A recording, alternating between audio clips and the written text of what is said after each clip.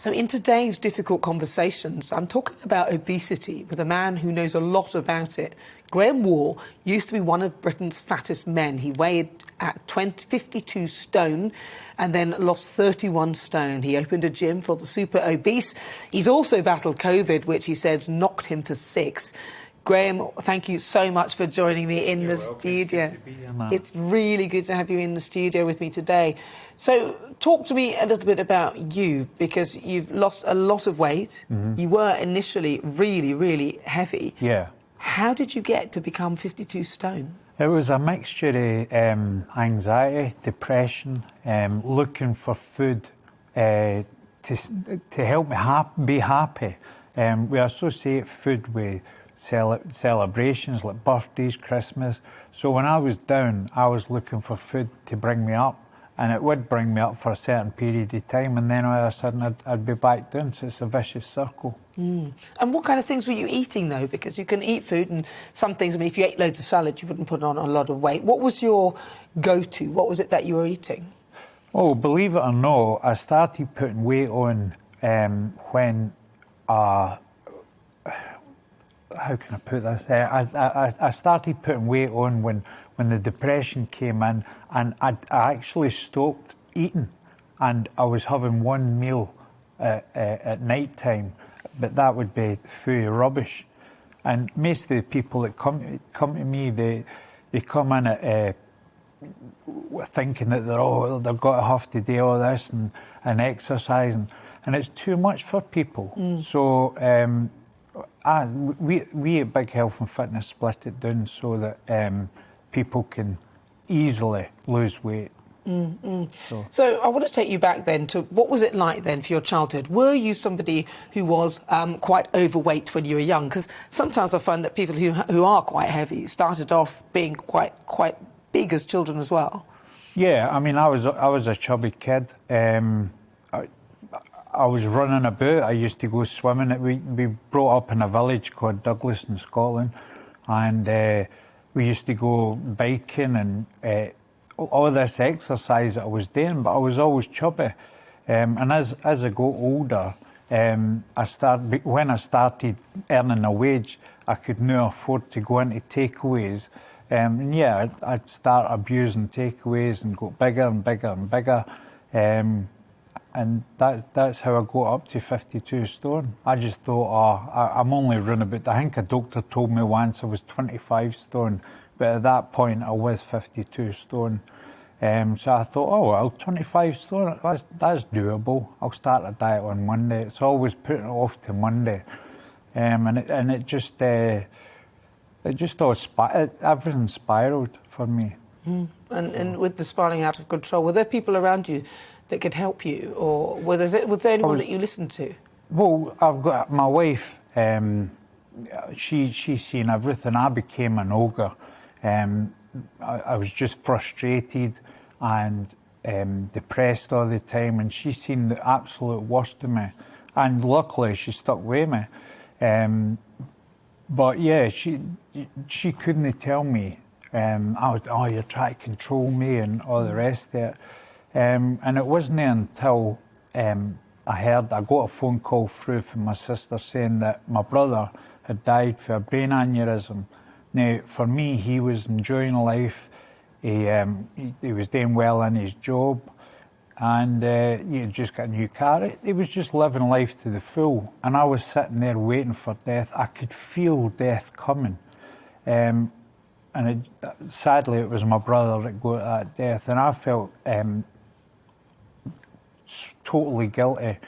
And so I says, right, if I'm going to die, I'm going to die trying. And that's what started it all. That's what it took, was for somebody to die in my family, for me to wake up and smell the coffee. So nowadays, I try and push that message out to people. It must have been really awful.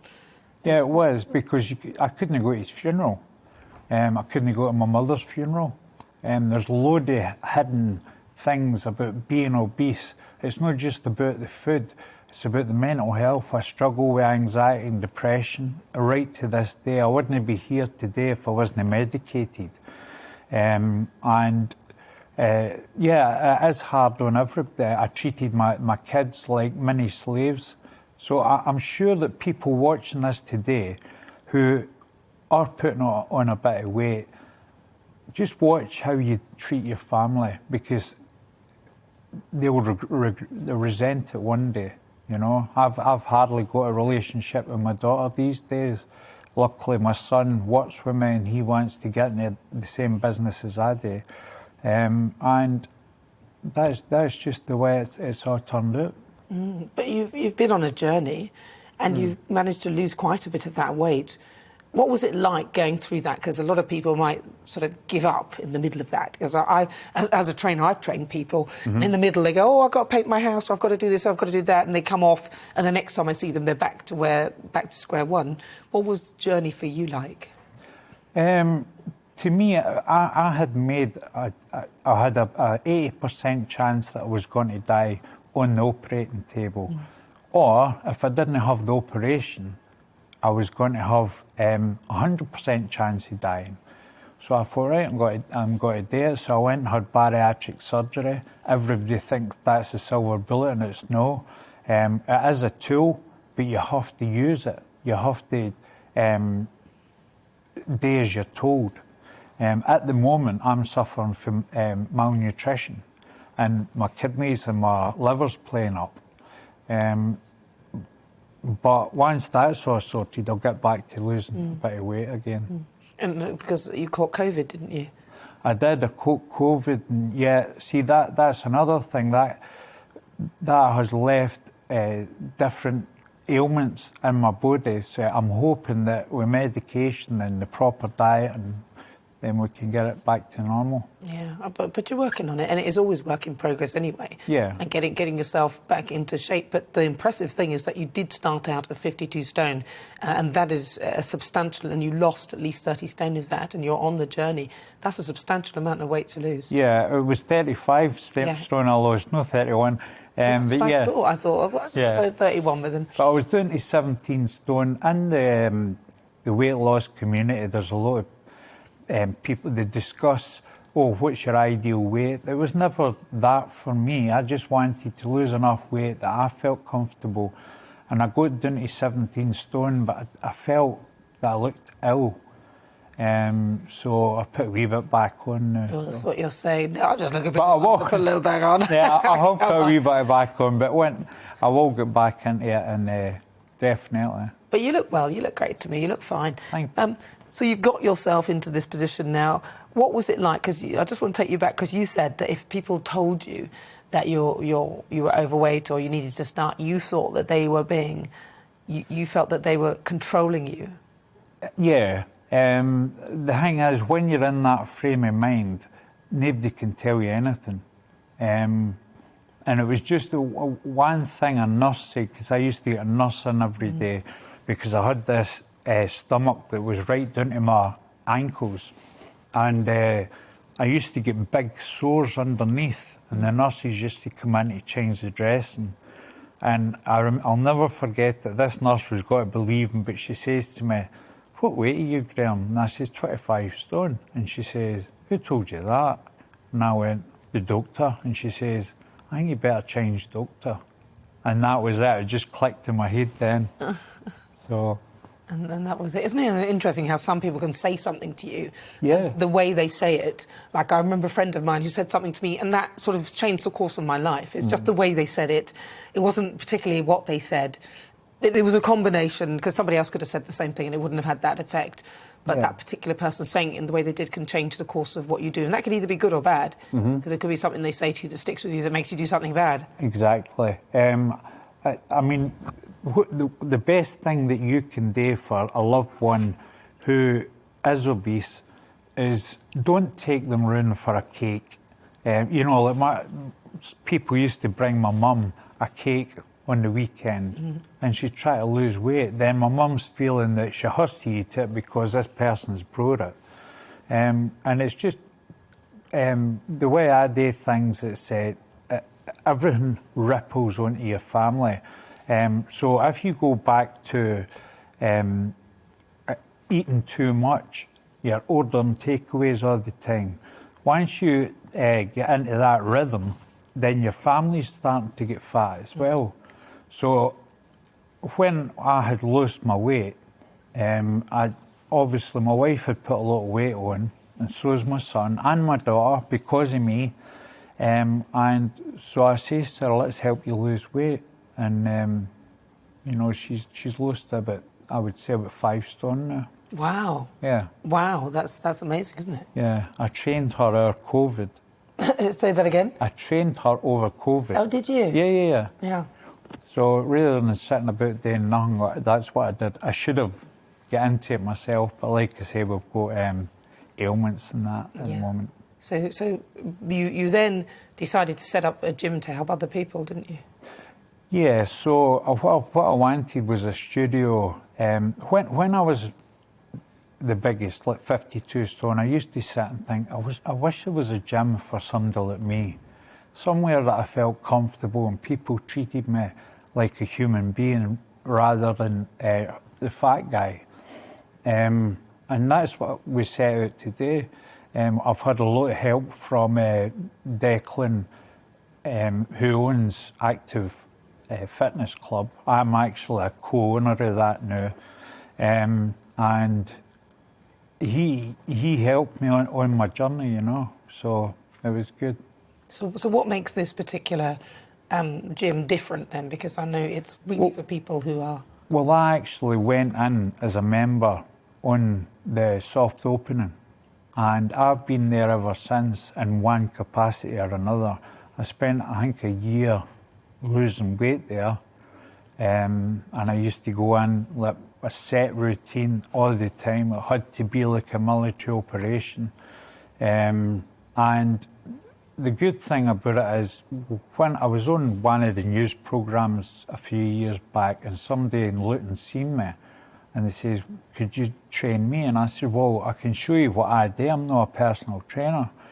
And so I started helping him. Within about 3 months, I think he'd lost about 5 stone, because he was like 38 stone. Yeah. Pretty good, isn't it? Yeah. So, so in that particular gym, it's very family orientated, and we've got a studio right at the back of the gym where people who have got disabilities who might feel a bit scared going into a gym environment. So we've got like a back area where we can bring them up, and but it's all about breaking down barriers for them. You know, like I said, it's if you've got to lose weight, you're thinking, right, I need to go into a diet, I need to do the gym. How am I going to deal with this? Because I find the last time I went to a gym, it was boring. So that's basically what I do, is I get people to come to the gym and we go over everything. I do them a lifestyle analysis, and then we just take it from there. I mean, I've had somebody phone me up and say, I've got a heart condition, can you help me? I said, well, I've never met you, but if you want to come in, I've helped loads of people with heart conditions. So it's just about breaking down barriers for people. Of course it is, and of course they should speak to their GP first at every instance, but absolutely. So that kind of focuses on people who might feel quite nervous going into a gym because they're big, or if they have a disability. Yeah. That's incredible. So you set that up, and that gets those sort of people out and about. It'd be great if you could get them all over the country, wouldn't it? Well, it's all about... I used to think it's about losing weight, but it's not. It's about socialisation. If you've got, and I'm transparent about everything that I do. So if I've got somebody coming, I tell them exactly what I want and what is going to happen. So, for example, on the first, I'm going to ask them absolutely everything about their lifestyle, down to their toileting habits and things like that, and what colour that thing should be. And then we just break down people's lives and just try and work out, right, what's the best way forward for them, you know? So one question I ask PTs or other place and the fitness experts is, if your manager told you were going to become a personal trainer, you got a personal training client coming in tomorrow, he's 38 stone, what are you going to do with that guy? Well, a lot of them will say, well, I could put him on the treadmill, but what they don't realise is that that guy's probably suffering from anxiety and scared to come into a gym environment. So really, a lot of the times I have to meet them beforehand and try and explain what it looks like to walk into the gym, what to expect. Is there equipment there that holds their weight? Even coming upstairs, do they need a seat halfway up? We can do that. So it's just going the extra mile. So. Briefly, because we're going to be talking about this in the next part of the show, is it okay to call someone fat? No, I don't think it. I think it's impolite. Because even you have called yourself that. Yeah. At the end of the day, everybody's fat. Everybody has got fat in their body. It's all about changing the dialogue and showing people or talking to people in a respectful way. Do you know what I mean? It could be that, oh, there's a cracking gym down the road, or even if you're close to the people, if you're not close to the people, then really you shouldn't be saying anything to anybody. But if you're close to somebody, I think it's nice to say, I'll help you. And really funny, because we're running out of time for this, but a lot of the time being overweight is being normalised. Yeah. So it's, people are talking about, oh, it's fine to be overweight. And do you think that's the way the conversation should be going? What I don't like is people that are saying, oh, I'm bubbly and, I've never had an ailment in my life. Yeah, for now. Wait 10 years down the line, I'm starting to suffer from osteoarthritis in my knees, my hips. I've got problems with my back. Yeah, people who are bubbly and jumping about the place all the time, happy as Larry, they're all right the new. Just wait a few years. Give it a few years. Yeah. Graham, thank you so much for joining us. No worries. It's been a pleasure talking to you, and I wish you all the best. Oh, can I just... Welcome to the GB News YouTube channel. You can watch us live 24 hours a day, catch up on your favourite shows, and join in the conversation in the comments below. Don't forget to subscribe and you'll never miss any of our exclusive content.